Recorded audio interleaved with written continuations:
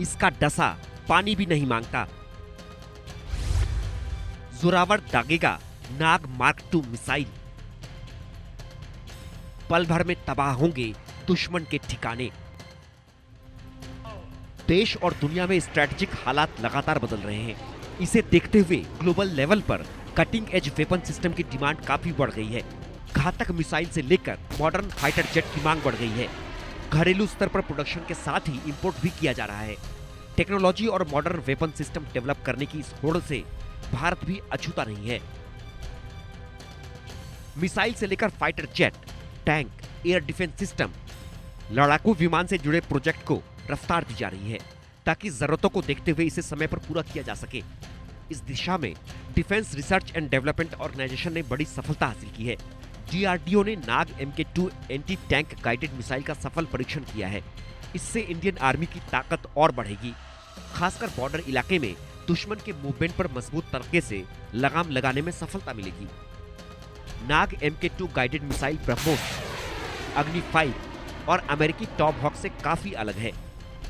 इस परीक्षण ने न केवल भारत की उन्नत युद्ध क्षमता को प्रदर्शित किया है, बल्कि रक्षा क्षेत्र में आत्मनिर्भरता की दिशा में उठाया गया एक और निर्णायक कदम भी है। ये परीक्षण रक्षा अनुसंधान एवं विकास संगठन की देखरेख में किया गया।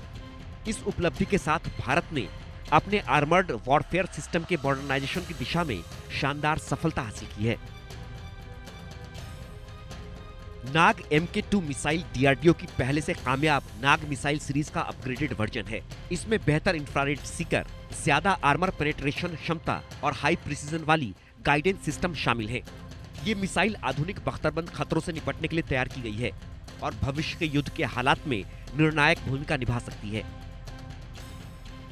डीआरडीओ के मुताबिक जोरावर टैंक पर नाग MK2 मिसाइल सिस्टम का सफल इंटीग्रेशन ये बताता है कि भारत अब डिजाइन, विकास, उत्पादन और परिचालन परीक्षण तक की पूरी रक्षा क्षमता में आत्मनिर्भर हो चुका है।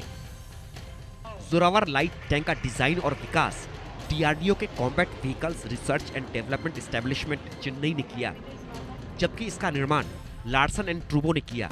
इस परियोजना में पब्लिक और प्राइवेट सेक्टर के बीच मजबूत तालमेल देखा गया, जो भारत की रक्षा उद्योग में इनोवेशन का शानदार उदाहरण है।